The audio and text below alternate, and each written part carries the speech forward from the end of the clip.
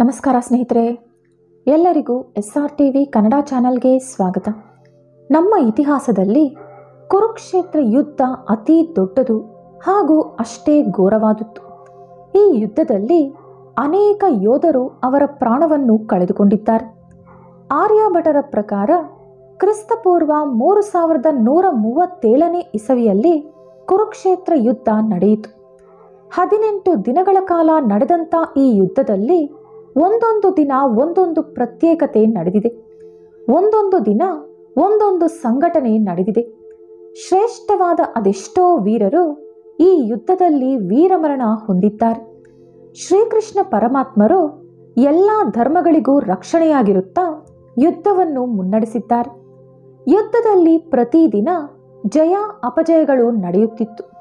ಈ ವಿಡಿಯೋದಲ್ಲಿ 18 ದಿನಗಳ ಕಾಲ ನಡೆದ ಕುರುಕ್ಷೇತ್ರದಲ್ಲಿ ಪ್ರತಿದಿನ ಏನೇನು ನಡೆಯಿತು ಎಂದು ತಿಳಿಸ್ಕೊಡ್ತೀನಿ. ಆದರೆ ಅದಕ್ಕೂ ಮುಂಚೆ ನೀವಿನ್ನೂ ನಮ್ಮ ಚಾನಲನ್ನು ಸಬ್ಸ್ಕ್ರೈಬ್ ಮಾಡ್ಕೊಂಡಿಲ್ಲ ಅಂದರೆ ಖಂಡಿತ ಈಗಲೇ ಸಬ್ಸ್ಕ್ರೈಬ್ ಮಾಡ್ಕೊಳ್ಳಿ. ಹಾಗೆ ಹೊಸ ವಿಡಿಯೋ ನೋಟಿಫಿಕೇಷನ್ಸ್ಗಾಗಿ ಪಕ್ಕದಲ್ಲಿರೋ ಬೆಲ್ ಐಕಾನ್ ಕ್ಲಿಕ್ ಮಾಡ್ಕೊಳ್ಳೋದನ್ನು ಮಾತ್ರ ಮರಿಬೇಡಿ. ಕುರುಕ್ಷೇತ್ರ ಯುದ್ಧಕ್ಕೂ ಮುಂಚೆ ಭೀಷ್ಮ ಪಿತಾಮಹ ಕೌರವ ಹಾಗೂ ಪಾಂಡವರ ಸೇನೆಯ ಮಧ್ಯೆ ಕೆಲವು ನಿಯಮಗಳನ್ನು ವಿಧಿಸುತ್ತಾರೆ. ಅದರಲ್ಲಿ ಮೊದಲನೆಯದು, ಯುದ್ಧ ಸೂರ್ಯೋದಯದಿಂದ ಸೂರ್ಯಾಸ್ತದವರೆಗೂ ಮಾತ್ರವೇ ನಡೆಯಬೇಕು. 2, ಸಮಾನ ಯೋಧರು ಮಾತ್ರವೇ ಒಬ್ಬರೊಂದಿಗೆ ಒಬ್ಬರು ಯುದ್ಧ ಮಾಡಬೇಕು. ಅಂದರೆ ರಥದ ಮೇಲಿರುವಂಥ ವೀರರು ರಥದ ಮೇಲಿರುವ ವೀರರೊಂದಿಗೆ ಮಾತ್ರವೇ ಯುದ್ಧ ಮಾಡಬೇಕು. ಆನೆ ಮೇಲಿರುವವರು ಮತ್ತೊಬ್ಬ ಆನೆ ಮೇಲಿರುವ ವೀರನೊಂದಿಗೆ ಮಾತ್ರವೇ ಹೋರಾಡಬೇಕು. ನೆಲದ ಮೇಲಿರುವವರು ನೆಲದ ಮೇಲಿರುವವರೊಂದಿಗೆ ಮಾತ್ರವೇ ಯುದ್ಧ ಮಾಡಬೇಕು. 3, ಯಾರಾದರೂ ಭಯಭೀತರಾಗಿ ಯುದ್ಧ ಬೇಡ ಎಂದು ಶರಣು ಬೇಡಿದಾಗ ಅವರ ಮೇಲೆ ಅಸ್ತ್ರ ಪ್ರಯೋಗಿಸಬಾರದು.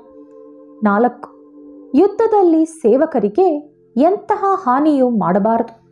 5, ನಿರಾಯುಧರ ಮೇಲೆ ಅಂದರೆ ಅಸ್ತ್ರಶಸ್ತ್ರ ಕೈಯಲ್ಲಿ ಇಲ್ಲದಿರುವವರ ಮೇಲೆ ಯಾರೂ ಕೂಡ ಆಯುಧಗಳನ್ನು ಪ್ರಯೋಗಿಸಬಾರದು. 6, ಒಬ್ಬ ವೀರನೊಂದಿಗೆ ಒಬ್ಬ ವೀರ ಮಾತ್ರವೇ ಯುದ್ಧ ಮಾಡಬೇಕು. ಗುಂಪುಗಟ್ಟಿಕೊಂಡು ಒಬ್ಬನ ಮೇಲೆ ಯುದ್ಧಕ್ಕೆ ಬರಬಾರದು. ಇಂತಹ ಕೆಲವು ಮುಖ್ಯವಾದ ನಿಯಮಗಳನ್ನು ಭೀಷ್ಮ ಪಿತಾಮಹರು ವಿಧಿಸಿದ್ದರು. ಯುದ್ಧದಲ್ಲಿ ಪಾಲ್ಗೊಳ್ಳುವ ಪ್ರತಿಯೊಬ್ಬನೂ ಕೂಡ ಈ ನಿಯಮಗಳನ್ನು ಪಾಲಿಸಲೇಬೇಕಿತ್ತು. ಈಗ 18 ದಿನಗಳ ಕಾಲ ನಡೆದಂಥ ಮಹಾಭಾರತ ಯುದ್ಧದ ಬಗ್ಗೆ ತಿಳಿದುಕೊಳ್ಳೋಣ. ಮೊದಲನೇ ದಿನ. ಯುದ್ಧ ಆರಂಭವಾಗುವುದಕ್ಕೂ ಮುಂಚೆ ಅರ್ಜುನ ಹಾಗೂ ಶ್ರೀಕೃಷ್ಣ ಪರಮಾತ್ಮರು ಎರಡೂ ಸೇನೆಗಳ ಮಧ್ಯೆ ನಿಂತಿದ್ದರು. ಯುದ್ಧ ಮಾಡಲ್ಲ ಎಂದ ಅರ್ಜುನನಿಗೆ ಶ್ರೀಕೃಷ್ಣ ಪರಮಾತ್ಮರು ಗೀತೋಪದೇಶ ಮಾಡಿದರು. ಅದರ ನಂತರ ಭೀಷ್ಮ ಪಿತಾಮಹರು ಯುದ್ಧ ಆರಂಭ ಎಂದು ಘೋಷಿಸಿದರು. ಆ ಸಮಯದಲ್ಲಿ ಯಾವ ವೀರನಾದರೂ ಪಕ್ಷ ಬದಲಾಗಬೇಕು ಅಂದುಕೊಂಡರೆ ಬದಲಾಗಬಹುದು ಎಂದು ಭೀಷ್ಮ ಪಿತಾಮಹರು ಹೇಳಿದರು. ಅದು ಕೇಳಿದ ಕೂಡಲೇ ಧೃತರಾಷ್ಟ್ರನ ಮಗನಾದ ಯುಯುತ್ಸು ಕೌರವರ ಪಕ್ಷ ತೊರೆದು ಪಾಂಡವರ ಪಕ್ಷಕ್ಕೆ ಹೊರಟು ಹೋದ. ಅದರ ನಂತರ ಅರ್ಜುನ ದೇವದತ್ತ ಎಂಬ ಶಂಕುವನ್ನು ಮೊಳಗಿಸಿ ಯುದ್ಧಕ್ಕೆ ತಯಾರಾಗಿ ನಿಂತ. ಮೊದಲನೇ ದಿನ ಪಾಂಡವರ ಪಕ್ಷದಲ್ಲಿ ಅಧಿಕವಾದ ಪ್ರಾಣಹಾನಿ ಉಂಟಾಯಿತು. ಸರಿಸುಮಾರು 10,000 ಜನ ಸೈನಿಕರು ಮೃತಪಟ್ಟರು. ಅರ್ಜುನನ ಮಗ ಅಭಿಮನ್ಯು ಭೀಷ್ಮ ಪಿತಾಮಹರ ಬಿಲ್ಲು ಹಾಗೂ ಅವರ ರಥದ ಧ್ವಜವನ್ನು ಮುರಿದು ಹಾಕಿದ. ಭೀಮ ದುಶ್ಯಾಸನನ ವಿರುದ್ಧ ದಾಳಿ ಮಾಡಿದ. ಶಲ್ಯ ಹಾಗೂ ಭೀಷ್ಮ ವಿರಾಟರಾಜನ 2 ಪುತ್ರರನ್ನು ವಧಿಸಿದರು. ಮೊದಲ ದಿನ ಪರಿಸ್ಥಿತಿ ನೋಡಿದ ಕೌರವರಿಗೆ ಯುದ್ಧದಲ್ಲಿ ಗೆಲುವು ಅವರದೇ ಎಂಬ ವಿಶ್ವಾಸ ಮೂಡಿತು. ಎರಡನೇ ದಿನ. ಈ ದಿನ ಗುರು ದ್ರೋಣಾಚಾರ್ಯ ಅರ್ಜುನ ಹಾಗೂ ಭೀಷ್ಮನ ಮಧ್ಯೆ ಯುದ್ಧ ನಡೆಯಿತು. ಈ ಯುದ್ಧದಲ್ಲಿ ಭೀಷ್ಮನ ರಥಸಾರಥಿಗೆ ಗಾಯವಾಯಿತು. ಭೀಷ್ಮ ಕೃಷ್ಣಾರ್ಜುನರಿಗೆ ಗಾಯಗೊಳಿಸಿದರು. ಭೀಮ ಕಳಿಂಗ ವೀರರೊಂದಿಗೆ ಯುದ್ಧ ಮಾಡಿದ. ಕೆಲ ಸಾವಿರಾರು ವೀರರನ್ನು ಹತ್ಯೆಗೊಳಿಸಿದ. ಕೌರವರ ಪಕ್ಷದಲ್ಲಿದ್ದ ಕೇತುಮಾನ್, ಕಳಿಂಗ ರಾಜ, ಭಾನುಮಾನ್ ಮುಂತಾದ ಅನೇಕ ಕಳಿಂಗ ವೀರರು ಮೃತಪಟ್ಟರು. ಅರ್ಜುನ ಭೀಷ್ಮರನ್ನು ತಡೆಯಲು ಪ್ರಯತ್ನಿಸುತ್ತಿದ್ದ. ಈ ರೀತಿ ಎರಡನೇ ದಿನ ಪಾಂಡವರಿಗೆ ಅನುಕೂಲಕರವಾಗಿ ಯುದ್ಧ ನಡೆಯಿತು. ಮೂರನೇ ದಿನ. 2 ಪಕ್ಷದ ವೀರರು ವ್ಯೂಹಗಳನ್ನು ರಚಿಸಿದರು. ಪಾಂಡವರ ಪಕ್ಷದಿಂದ ಭೀಮ ಹಾಗೂ ಅರ್ಜುನ, ಕೌರವರ ಪಕ್ಷದಿಂದ ದುರ್ಯೋಧನ ಆ ವ್ಯೂಹಗಳಿಗೆ ರಕ್ಷಣೆಯಾಗಿ ನಿಂತಿದ್ದರು. ಮೂರನೇ ದಿನ ಭೀಮ ಘಟೋತ್ಕಚನನ್ನು ಯುದ್ಧಕ್ಕಿಳಿಸಿ ಕೌರವರನ್ನು ನುಜ್ಜುನುಜ್ಜಾಗಿಸಿದ. ಕೌರವ ವೀರರನ್ನು ಹೆದರಿಸಿ ಯುದ್ಧದಿಂದ ಓಡಿ ಹೋಗುವಂತೆ ಮಾಡಿದ. ಮತ್ತೊಂದೆಡೆ ಭೀಷ್ಮ ಯುದ್ಧದಲ್ಲಿ ಆರ್ಭಾಟ ಮಾಡುತ್ತಿದ್ದರು. ಪಾಂಡವರ ಸೈನ್ಯವನ್ನು ನಾಶಪಡಿಸುತ್ತಿದ್ದರು. ಅದನ್ನು ನೋಡಿದ ಶ್ರೀಕೃಷ್ಣ ಪರಮಾತ್ಮರು ಭೀಷ್ಮನನ್ನು ಕೊಲ್ಲುವಂತೆ ಅರ್ಜುನನಿಗೆ ಆದೇಶ ಕೊಟ್ಟರು. ಆದರೆ ಅರ್ಜುನ ಮಾತ್ರ ಈ ಸಾಹಸಕ್ಕೆ ಕೈ ಹಾಕಲಿಲ್ಲ. ಆಗ ಸಾಕ್ಷಾತ್ ಶ್ರೀಕೃಷ್ಣನೇ ಭೀಷ್ಮನನ್ನು ಕೊಲ್ಲಲು ಮುಂದಾದರು. ಅದನ್ನು ನೋಡಿದ ಅರ್ಜುನ, ನಾನೇ ಪಿತಾಮಹರನ್ನು ಕೊಲ್ಲುತ್ತೇನೆ ಎಂದು ಹೇಳಿದ. ಮಾರ್ಗದಲ್ಲಿದ್ದ ಕೌರವ ಸೈನಿಕರು, ಅವನ ವಿರುದ್ಧ ಬಂದ ಕೌರವ ವೀರರು ಎಲ್ಲರನ್ನೂ ಅರ್ಜುನ ಅಸ್ತ್ರಗಳನ್ನು ಪ್ರಯೋಗಿಸಿ ಕೊಲ್ಲುತ್ತಾ ಬಂದ. ಭೀಮ ಕೂಡ ಕೆಲ ನೂರಾರು ಜನ ಕೌರವ ಸೈನಿಕರನ್ನು ಕೊಂದು ಹಾಕಿದ. ಮೂರನೇ ದಿನವೂ ಕೂಡ ಕೌರವರು ಅಧಿಕವಾದ ಸೈನಿಕರನ್ನು ಕಳೆದುಕೊಂಡರು. ನಾಲ್ಕನೇ ದಿನ, ಈ ದಿನ ಕೌರವರು ಅರ್ಜುನನ ಮೇಲೆ ಬಾಣಗಳ ಮಳೆಯನ್ನೇ ಸುರಿಸಿದರು. ಆದರೆ ಅರ್ಜುನ ಅದರಿಂದ ತಪ್ಪಿಸಿಕೊಂಡು ಬಾಣಗಳನ್ನು ಪ್ರಯೋಗಿಸಿ ಎಲ್ಲರನ್ನೂ ವಧಿಸಿದ. ಭೀಮ ಕೌರವ ಸೇನೆಯನ್ನು ಭಯಭೀತಗೊಳಿಸಿದ. ಭೀಮನನ್ನು ಎದುರಿಸಲು ದುರ್ಯೋಧನ ಗಜಸೇನೆಯನ್ನು ಕಳಿಸಿದ. ಆದರೆ ಭೀಮ ಘಟೋತ್ಕಚನ ಸಹಾಯದಿಂದ ಇಡೀ ಗಜಸೇನೆಯನ್ನು ನಾಶಗೊಳಿಸಿದ. 14 ಜನ ಕೌರವರನ್ನು ಕೊಂದು ಹಾಕಿದ. ಈ ದಿನ ಭೀಮ ಹಾಗೂ ಅರ್ಜುನ ಭೀಷ್ಮನಿಗೆ ಸವಾಲೆಸೆದರು. 5ನೇ ದಿನ, ಈ ದಿನ ಭೀಷ್ಮ ಪಾಂಡವ ಸೇನೆಯನ್ನು ವೇಗವಾಗಿ ನಾಶಪಡಿಸುತ್ತಿದ್ದರು. ಈ ದಿನ ಎರಡೂ ಪಕ್ಷದಲ್ಲಿ ಸೈನಿಕರು ಸರಿಸಮಾನವಾಗಿ ಕೊಲ್ಲಲ್ಪಟ್ಟರು. ಭೀಮ ಹಾಗೂ ಅರ್ಜುನ ಇಬ್ಬರೂ ಸೇರಿಕೊಂಡು ಭೀಷ್ಮನ ವಿರುದ್ಧ ಯುದ್ಧ ಮಾಡಿದರು. ಸಾತ್ಯಕಿ ದ್ರೋಣಾಚಾರ್ಯರನ್ನು ನಿಯಂತ್ರಣದಲ್ಲಿ ಇರಿಸಿದ್ದ. ಆದರೆ ಭೀಷ್ಮ ಸಾತ್ಯಕಿಯನ್ನು ಯುದ್ಧ ಬಿಟ್ಟು ಓಡಿ ಹೋಗುವಂತೆ ಮಾಡಿದ. ಈ ದಿನ ಸಾತ್ಯಕಿ ತನ್ನ 10 ಜನ ಪುತ್ರರನ್ನು ಯುದ್ಧದಲ್ಲಿ ಕಳೆದುಕೊಂಡ. 6ನೇ ದಿನ, ಎರಡೂ ಪಕ್ಷದ ಸೈನಿಕರು ರಣರಂಗದಲ್ಲಿ ನಿಂತಿದ್ದರು. ಪಾಂಡವ ಸೇನೆ ಮಕರ ವ್ಯೂಹವನ್ನು ರಚಿಸಿತ್ತು. ಕೌರವ ಸೇನೆ ಕ್ರೌಂಚ ವ್ಯೂಹವನ್ನು ರಚಿಸಿತ್ತು. ಎರಡೂ ಸೇನೆಗಳ ನಡುವೆ ಭಯಂಕರವಾದ ಯುದ್ಧ ನಡೆಯಿತು. ಅವನ ಸೈನಿಕರು ಸಾಯುತ್ತಿರುವುದನ್ನು ನೋಡಿ ದುರ್ಯೋಧನ ಕೋಪೋದ್ರಿಕ್ತನಾದ. ಭೀಷ್ಮ ದುರ್ಯೋಧನನನ್ನು ಸಮಾಧಾನಪಡಿಸಲು ಪ್ರಯತ್ನಿಸುತ್ತಿದ್ದರು. ಈ ದಿನ ಮುಗಿಯುವುದರಲ್ಲಿ ಭೀಷ್ಮ ಪಾಂಚಾಲ ಸೇನೆಯನ್ನು ಅಂತ್ಯಗೊಳಿಸಿದರು. 7ನೇ ದಿನ, ಈ ದಿನ ಎರಡೂ ಪಕ್ಷದ ಸೇನೆ ವಿಭಿನ್ನ ವ್ಯೂಹಗಳನ್ನು ರಚಿಸಿ ರಣರಂಗದಲ್ಲಿ ಇಳಿದಿತ್ತು. ಪಾಂಡವರು ವಜ್ರವ್ಯೂಹ, ಕೌರವರು ಮಂಡಲಾಕಾರ ವ್ಯೂಹ ರಚಿಸಿದ್ದರು. ಮಂಡಲಾಕಾರ ವ್ಯೂಹದಿಂದ ಆನೆಗಳು ರಥಗಳನ್ನು, ರಥಗಳು ಅಶ್ವಗಳನ್ನು, ಅಶ್ವಗಳು ಬಿಲ್ಲುಗಾರರನ್ನು, ಬಿಲ್ಲುಗಾರರು ಸೈನಿಕರನ್ನು ಕಾಪಾಡುತ್ತಾ ಮುಂದೆ ಬರುತ್ತಿದ್ದರು. ಈ ಇಡೀ ಸೇನೆಯ ಮಧ್ಯೆ ದುರ್ಯೋಧನ ನಿಂತಿದ್ದ. ಇಷ್ಟೊಂದು ರಕ್ಷಣೆಯ ನಡುವೆಯೂ ಅರ್ಜುನ ಕೌರವ ಸೇನೆಯನ್ನು ಛಿದ್ರಗೊಳಿಸಿದ. ಈ ದಿನ ದೃಷ್ಟದ್ಯುಮ್ನ ದುರ್ಯೋಧನನನ್ನು ಯುದ್ಧದಲ್ಲಿ ಸೋಲಿಸಿದ. ನಕುಲ ಸಹದೇವರು ಶಲ್ಯನನ್ನು ಯುದ್ಧಭೂಮಿ ಬಿಟ್ಟು ಓಡಿ ಹೋಗುವಂತೆ ಮಾಡಿದರು. ಮತ್ತೊಂದೆಡೆ ಭಗದತ್ತ ಘಟೋತ್ಕಚ ಯುದ್ಧಭೂಮಿ ತೊರೆಯುವಂತೆ ಮಾಡಿದ. ಭೀಷ್ಮ ಪಾಂಡವ ಸೇನೆಯ ಜೊತೆ ಒಂದು ಆಟವೇ ಆಡಿದರು. ಇದೇ ದಿನ ವಿರಾಟರಾಜನ ಮಗ ಮೃತಪಟ್ಟ. 8ನೇ ದಿನ, ಈ ದಿನ ಪಾಂಡವ ಸೇನೆ 3 ಶಿಖರಗಳ ವ್ಯೂಹವನ್ನು ರಚಿಸಿತ್ತು. ಕೌರವರು ಕೂರ್ಮ ವ್ಯೂಹವನ್ನು ರಚಿಸಿದ್ದರು. ಇದೇ ದಿನ ದುರ್ಯೋಧನನ 8 ಸಹೋದರರನ್ನು ಭೀಮ ಕೊಂದುಬಿಟ್ಟ. ಅರ್ಜುನನ ಮಗ ಇರಾವನನ್ನು ಬಕಾಸುರನ ಮಗ ಆಂಬುಲಿ ಕೊಂದುಬಿಟ್ಟ. ಘಟೋತ್ಕಚ ದುರ್ಯೋಧನನ ವಿರುದ್ಧ ಶಕ್ತಿ ಪ್ರಯೋಗಿಸಿದ. ಆದರೆ ಮಧ್ಯದಲ್ಲಿ ಬಂಗನರೇಶ ಎಂಬ ವೀರ ದುರ್ಯೋಧನನನ್ನು ಕಾಪಾಡಿದ. ಆದರೆ ಬಂಗನರೇಶ ಮಾತ್ರ ಯುದ್ಧದಲ್ಲಿ ಮೃತಪಟ್ಟ. ಶಕ್ತಿ ಪ್ರಯೋಗದಿಂದ ದುರ್ಯೋಧನ ತುಂಬಾನೇ ಹೆದರಿದ್ದ. ಇದನ್ನು ನೋಡಿದ ಭಗದತ್ತ ಘಟೋತ್ಕಚನನ್ನು ಸೋಲಿಸಿ ಪಾಂಡವರು ಹಿಂದೆಜ್ಜೆ ಹಾಕುವಂತೆ ಮಾಡಿದ. ಈ ದಿನ ಮತ್ತೆ ಭೀಮ ದುರ್ಯೋಧನನ 9 ಸಹೋದರರನ್ನು ಕೊಂದುಬಿಟ್ಟ. ಈ ದಿನ ಇಬ್ಬರ ಪಕ್ಷದಲ್ಲಿ ನಷ್ಟ ಸಮಾನವಾಗಿತ್ತು. ನಿಜಕ್ಕೆ ಕೌರವರು ಸ್ವಲ್ಪ ಜಾಸ್ತಿನೇ ನಷ್ಟಕ್ಕೊಳಗಾಗಿದ್ದರು. 9ನೇ ದಿನ. ಮಹಾಭಾರತದಲ್ಲಿ ಈ ದಿನ ಸ್ವಲ್ಪ ಯುದ್ಧ ಭಯಂಕರವಾಗಿ ನಡೆದಿತ್ತು.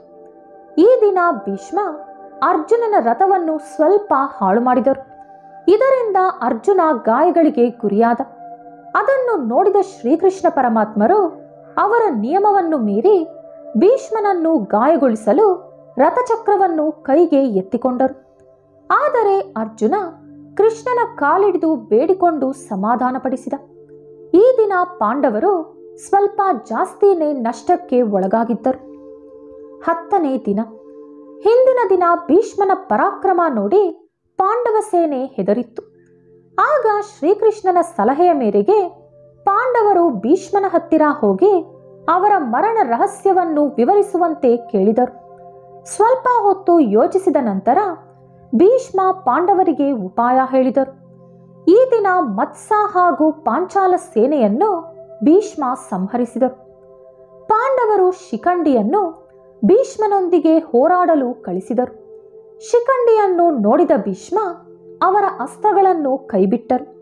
ಕೂಡಲೇ ಅರ್ಜುನ ಭೀಷ್ಮ ಪಿತಾಮಹರ ಮೇಲೆ ಬಾಣಗಳನ್ನು ಪ್ರಯೋಗಿಸಿದ. ಆ ರೀತಿ ಭೀಷ್ಮ ಪಿತಾಮಹರು ಆ ಬಾಣಗಳ ಮೇಲೆ ಶಯನಿಸಿದರು. ಅದನ್ನೇ ಅಂಪಶಯ ಎಂದು ಕರೆಯುತ್ತಾರೆ. ಭೀಷ್ಮ ಪಿತಾಮಹರಿಗೆ ಅವರಿಗೆ ಬೇಕಾದಾಗ ಪ್ರಾಣ ಬಿಡುವಂತ ವರ ಇತ್ತು. ಹಾಗಾಗಿ ಭೀಷ್ಮ ಪಿತಾಮಹರು ಉತ್ತರಾಯಣದ ನಂತರ ಪ್ರಾಣ ತೊರೆಯಬೇಕೆಂದು ತೀರ್ಮಾನಿಸಿಕೊಂಡರು. ಈ ದಿನ ಕೌರವರು ಭೀಷ್ಮನಂತಹ ಒಬ್ಬ ಶ್ರೇಷ್ಠ ಯೋಧನನ್ನು ಕಳೆದುಕೊಂಡರು. ಇದರಿಂದ ಕೌರವರು ಸ್ವಲ್ಪ ಹೆಚ್ಚು ನಷ್ಟಕ್ಕೆ ಗುರಿಯಾದರು. 11ನೇ ದಿನ. ಭೀಷ್ಮ ಪಿತಾಮಹರು ಮೃತಪಟ್ಟ ಕಾರಣ ದ್ರೋಣಾಚಾರ್ಯರು ಸೇನಾಧಿಪತಿಯಾದರು. ದುರ್ಯೋಧನ ಹಾಗೂ ಶಕುನಿ ಧರ್ಮರಾಜನನ್ನು ಬಂಧಿಸಿದರೆ ಯುದ್ಧ ಇಲ್ಲಿಗೆ ಸಮಾಪ್ತಿಯಾಗುತ್ತದೆ ಎಂದು ದ್ರೋಣಾಚಾರ್ಯರಿಗೆ ಹೇಳಿದರು. ಹಾಗಾಗಿ ಈ ದಿನ ಹೇಗಾದರೂ ಧರ್ಮರಾಜನನ್ನು ಬಂಧಿಸಬೇಕೆಂದು ದ್ರೋಣಾಚಾರ್ಯರು ತೀರ್ಮಾನಿಸಿಕೊಂಡರು. ಆದರೆ ಅರ್ಜುನ ಬಾಣಗಳನ್ನು ಪ್ರಯೋಗಿಸಿ ದ್ರೋಣಾಚಾರ್ಯರನ್ನು ತಡೆದ. ಈ ದಿನ ಕರ್ಣ ಅತಿ ಹೆಚ್ಚಿನ ಸಂಖ್ಯೆಯಲ್ಲಿ ಪಾಂಡವ ಸೇನೆಯನ್ನು ನಾಶಪಡಿಸಿದ. ಅದರ ನಂತರ ಸಾತ್ಯಕಿ, ಕರ್ಣ, ಭೀಮ, ಶಲ್ಯ, ಸಹದೇವ, ಶಕುನಿ, ಅರ್ಜುನ ಹಾಗೂ ಸುಶರ್ಮರ ನಡುವೆ ಭೀಕರವಾದ ಯುದ್ಧ ನಡೆಯಿತು. ಈ ದಿನ ಪಾಂಡವರು ಹೆಚ್ಚು ನಷ್ಟಕ್ಕೆ ಗುರಿಯಾದರು. 12ನೇ ದಿನ. 11ನೇ ದಿನ ಧರ್ಮರಾಜನನ್ನು ಬಂಧಿಸಲು ಕೌರವರಿಂದ ಸಾಧ್ಯವಾಗಲಿಲ್ಲ. ಹಾಗಾಗಿ ಈ ದಿನ ಮತ್ತೆ ಒಂದು ಸಂಚು ರೂಪಿಸಿದರು. ಅರ್ಜುನನನ್ನು ಹೇಗಾದರೂ ಧರ್ಮರಾಜನಿಂದ ದೂರ ಇಡುವ ಜವಾಬ್ದಾರಿಯನ್ನು ತ್ರಿಗರ್ತರಿಗೆ ಒಪ್ಪಿಸಿದ ದುರ್ಯೋಧನ. ಅದೇ ಪ್ರಕಾರ ತ್ರಿಗರ್ತರು ಅರ್ಜುನನನ್ನು ದೂರ ಕರೆದೋದರು. ಆದರೆ ಕೌರವರ ಸಂಚು ತಿಳಿದುಕೊಂಡ ಅರ್ಜುನ ಹಿಂದಕ್ಕೆ ಬಂದು ಧರ್ಮರಾಜನನ್ನು ಕಾಪಾಡಿದ. ಇಷ್ಟರಲ್ಲಿ ಸಾತ್ಯಕಿ ಕೌರವರ ಪಕ್ಷದ ಅದೆಷ್ಟೋ ಜನ ವೀರರನ್ನು ಹತ್ಯೆಗೈದ. ಇವರಲ್ಲಿ ಸುದರ್ಶನ, ಜಲಸಂಧಿ, ತ್ರಿಗರ್ತರ ಸೇನೆ, ಕರ್ಣನ ಪುತ್ರ ಪ್ರಸನ್ನ ಹಾಗೂ ದರ್ಶನಗುಪ್ತ ಅತಿ ಮುಖ್ಯವಾದವರು. ಭೂರಿಶ್ರವಸ್ ಪ್ರತಿ ಬಾರಿ ಸಾತ್ಯಕಿಯನ್ನು ಸೋಲಿಸುತ್ತಿದ್ದ. ಆದರೆ ಪ್ರತಿ ಬಾರಿ ಸಾತ್ಯಕಿಯನ್ನು ಶ್ರೀ ಕೃಷ್ಣಾರ್ಜುನರು ಕಾಪಾಡುತ್ತಿದ್ದರು. ಈ ದಿನ ಎರಡೂ ಪಕ್ಷಗಳು ಸಮಾನವಾದ ನಷ್ಟಕ್ಕೆ ಒಳಗಾಯಿತು. 13ನೇ ದಿನ. ದುರ್ಯೋಧನ ಭಗದ್ದತ್ತನನ್ನು ಅರ್ಜುನನ ವಿರುದ್ಧ ಹೋರಾಡಲು ಕಳಿಸಿದ. ಭಗದ್ದತ್ತ ಭೀಮನನ್ನು ಸೋಲಿಸಿದ. ಅದರ ನಂತರ ಅರ್ಜುನ ಹಾಗೂ ಭಗದ್ದತ್ತನ ಮಧ್ಯೆ ಭಯಾನಕವಾದ ಯುದ್ಧ ನಡೆಯಿತು. ಈ ಯುದ್ಧದಲ್ಲಿ ಭಗದ್ದತ್ತ ಅರ್ಜುನನ ಮೇಲೆ ವೈಷ್ಣವಾಸ್ತ್ರವನ್ನು ಪ್ರಯೋಗಿಸಿದ. ಆಗ ಶ್ರೀಕೃಷ್ಣ ಪರಮಾತ್ಮರು ವೈಷ್ಣವಾಸ್ತ್ರವನ್ನು ಅವರೊಳಗೆ ಲೀನವಾಗಿಸಿಕೊಂಡು ಅರ್ಜುನನನ್ನು ಕಾಪಾಡಿದರು. ಅದರ ನಂತರ ಭಗದ್ದತ್ತ ಅವನ ನೋಟವನ್ನು ಕಳೆದುಕೊಂಡ. ಅದನ್ನು ಗಮನಿಸಿದ ಅರ್ಜುನ ಬಾಣ ಪ್ರಯೋಗಿಸಿ ಭಗದ್ದತ್ತನನ್ನು ಸಂಹರಿಸಿದ. ಇದೇ ದಿನ ಕೌರವರು ಚಕ್ರವ್ಯೂಹವನ್ನು ರಚಿಸಿದರು.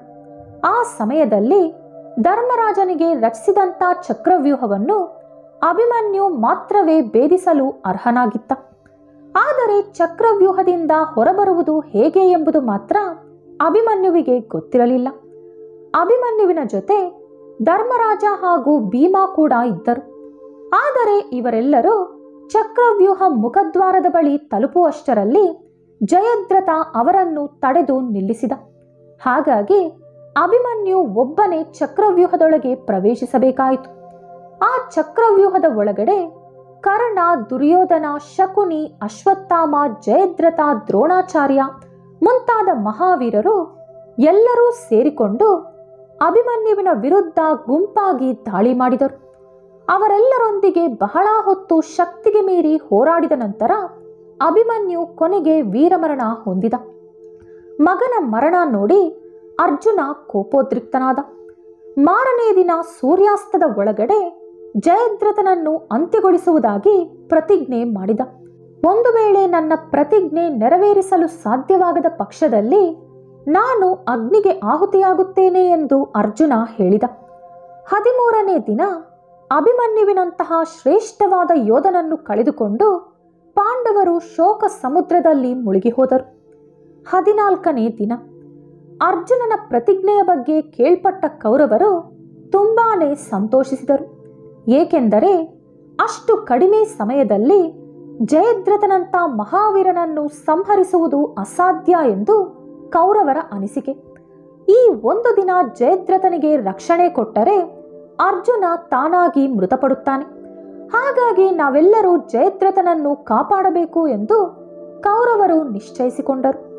ನಾನು ಹೇಗಾದರೂ ಜಯದ್ರಥನನ್ನು ಕಾಪಾಡುತ್ತೀನಿ ಎಂದು ದ್ರೋಣಾಚಾರ್ಯ ದುರ್ಯೋಧನನಿಗೆ ಭಾಷೆ ಕೊಟ್ಟರು. ಸೈನ್ಯದ ಹಿಂಬದಿಯಲ್ಲಿ ಜಯದ್ರಥನನ್ನು ಇರಿಸಿದರು. ಇತ್ತ ಯುದ್ಧದಲ್ಲಿ ಭೂರಿಶ್ರವಾಸ್ ಸಾತ್ಯಕಿಯನ್ನು ಪರಾಜಯಗೊಳಿಸಿದ. ಸಾತ್ಯಕಿಯ 10 ಪುತ್ರರನ್ನು ಸಹ ಕೊಂದುಬಿಟ್ಟ. ಸಾತ್ಯಕಿಯನ್ನು ಕೂಡ ಕೊಲ್ಲಲು ಪ್ರಯತ್ನಿಸುತ್ತಿರುವಾಗ ಅರ್ಜುನ ಭೂರಿಶ್ರವಾಸನ 2 ಕೈಗಳನ್ನು ಕತ್ತರಿಸಿದ. ಅದರ ನಂತರ ಸಾತ್ಯಕಿ ಭೂರಿಶ್ರವಸನ ತಲೆಯನ್ನು ಕತ್ತರಿಸಿದ. ಇನ್ನೊಂದೆಡೆ ದ್ರೋಣಾಚಾರ್ಯ ದೃಪದ ಹಾಗೂ ವಿರಾಟನನ್ನು ಸಂಹರಿಸಿದರು. ಎಷ್ಟೊತ್ತಾದರೂ ಜಯದ್ರಥ ಕಾಣಿಸದಿರುವಾಗ ಶ್ರೀಕೃಷ್ಣ ಪರಮಾತ್ಮರು ಅವರ ಸುದರ್ಶನ ಚಕ್ರವನ್ನು ಬಳಸಿ ಸೂರ್ಯನನ್ನು ಮುಚ್ಚಿ ಹಾಕಿದರು. ಇದರಿಂದ ಎಲ್ಲರೂ ಸೂರ್ಯಾಸ್ತವಾಯಿತು ಎಂದು ಭ್ರಮೆಪಟ್ಟರು. ಪ್ರತಿಜ್ಞೆ ಪೂರ್ಣಗೊಳಿಸಲು ಸಾಧ್ಯವಾಗಲಿಲ್ಲ ಅಂದುಕೊಂಡ ಅರ್ಜುನ ಅಗ್ನಿಗೆ ಆಹುತಿಯಾಗಲು ಸಿದ್ಧನಾದ. ಆಗ ತಲೆ ಮರೆಸಿಕೊಂಡಿದ್ದಂಥ ಜಯದ್ರಥ ಅರ್ಜುನನ ಮುಂದೆ ಬಂದು ನಿಂತು ಅವನನ್ನು ಹೀಯಾಳಿಸಲು ಶುರು ಮಾಡಿದ. ಆ ಕೂಡಲೇ ಶ್ರೀಕೃಷ್ಣ ಪರಮಾತ್ಮರು ಅವರ ಸುದರ್ಶನ ಚಕ್ರವನ್ನು ಹಿಂಪಡೆದುಕೊಂಡರು. ಆಗ ಅರ್ಜುನ ಒಂದು ಕ್ಷಣವೂ ಆಲಸ್ಯ ಮಾಡದೆ ಜಯದ್ರಥನ ತಲೆಯನ್ನು ಬಾಣದಿಂದ ಕತ್ತರಿಸಿದ. ಆ ಜಯದ್ರಥನ ತಲೆ ನೇರವಾಗಿ ಹೋಗಿ ಅವನ ತಂದೆಯ ಮಡಿಲಲ್ಲೇ ಬಿದ್ದಿತು. 14ನೇ ದಿನ ಎರಡೂ ಪಕ್ಷಗಳ ಕಡೆ ಸಮಾನ ನಷ್ಟ ನಡೆಯಿತು. 15ನೇ ದಿನ ದ್ರೋಣಾಚಾರ್ಯ ಹಾಗೂ ಅವರ ಮಗ ಅಶ್ವತ್ಥಾಮ ಗೆಲುವಿಗೆ ಸಮೀಪದಲ್ಲಿದ್ದರು. ಪಾಂಡವರ ಪಕ್ಷದಲ್ಲಿ ಬಲಹೀನತೆಯನ್ನು ಗಮನಿಸಿದ ಶ್ರೀಕೃಷ್ಣ ಧರ್ಮರಾಜನಿಗೆ ಒಂದು ಉಪಾಯ ಸೂಚಿಸಿದರು. ಅಶ್ವತ್ಥಾಮ ಮೃತಪಟ್ಟ ಎಂದು ಹೇಳುವುದಾಗಿ ಶ್ರೀಕೃಷ್ಣ ಧರ್ಮರಾಜನಿಗೆ ಹೇಳಿದರು. ಆದರೆ ಧರ್ಮರಾಜ ನಾನು ಸುಳ್ಳು ಹೇಳುವುದಿಲ್ಲ ಎಂದು ಹೇಳಿದ. ಅದೇ ಸಮಯದಲ್ಲಿ ಭೀಮ ಅಶ್ವತ್ಥಾಮ ಎಂಬ ಹೆಸರಿನ ಒಂದು ಆನೆಯನ್ನು ಕೊಂದು ಹಾಕಿದ. ಇದೇ ವಿಷಯವನ್ನು ಮುಂದಿಟ್ಟುಕೊಂಡು ಆನೆ ಎಂದು ಹೇಳದೆ ಅಶ್ವತ್ಥಾಮ ಮೃತಪಟ್ಟ ಎಂದು ಯುದ್ಧ ಭೂಮಿಯೆಲ್ಲ ಸಾರಿದರು. ಇದೇ ಸಮಯದಲ್ಲಿ ಶ್ರೀಕೃಷ್ಣ ಅವರ ಶಂಕುವನ್ನು ಮೊಳಗಿಸಿದರು. ಇದರಿಂದ ದ್ರೋಣಾಚಾರ್ಯರಿಗೆ ಸತ್ಯ ಏನೆಂದು ಅರ್ಥವಾಗಲಿಲ್ಲ. ದ್ರೋಣಾಚಾರ್ಯ ಪುತ್ರಶೋಕದಲ್ಲಿ ಮುಳುಗಿ ಅಸ್ತ್ರಗಳನ್ನು ಕೈಬಿಟ್ಟರು. ಇದೇ ಸಮಯದಲ್ಲಿ ದ್ರೌಪದಿಯ ಸಹೋದರನಾದ ದೃಷ್ಟದ್ಯುಮ್ನ ದ್ರೋಣಾಚಾರ್ಯರ ತಲೆಯನ್ನು ಕತ್ತರಿಸಿದ.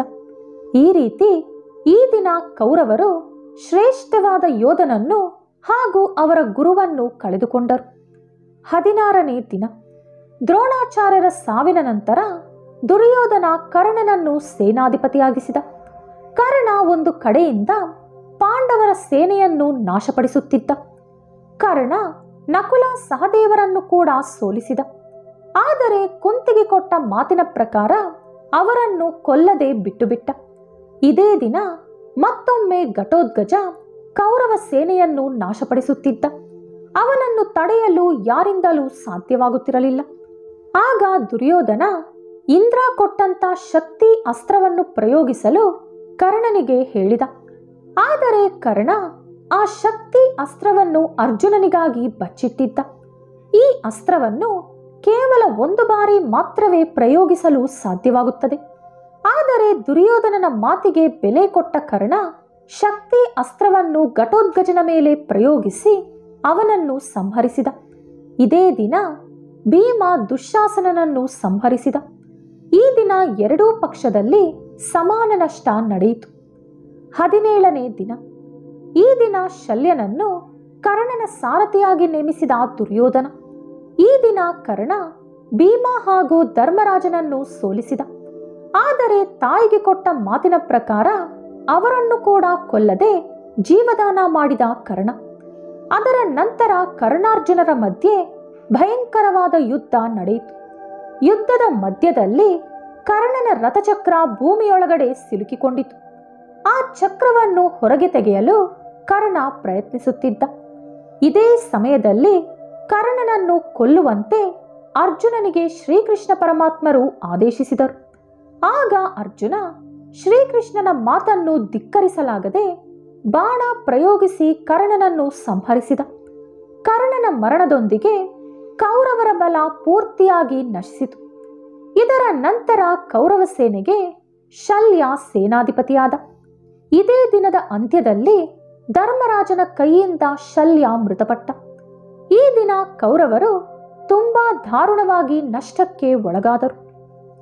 18ನೇ ದಿನ. ಕುರುಕ್ಷೇತ್ರ ಯುದ್ಧದ ಕೊನೆ ದಿನ.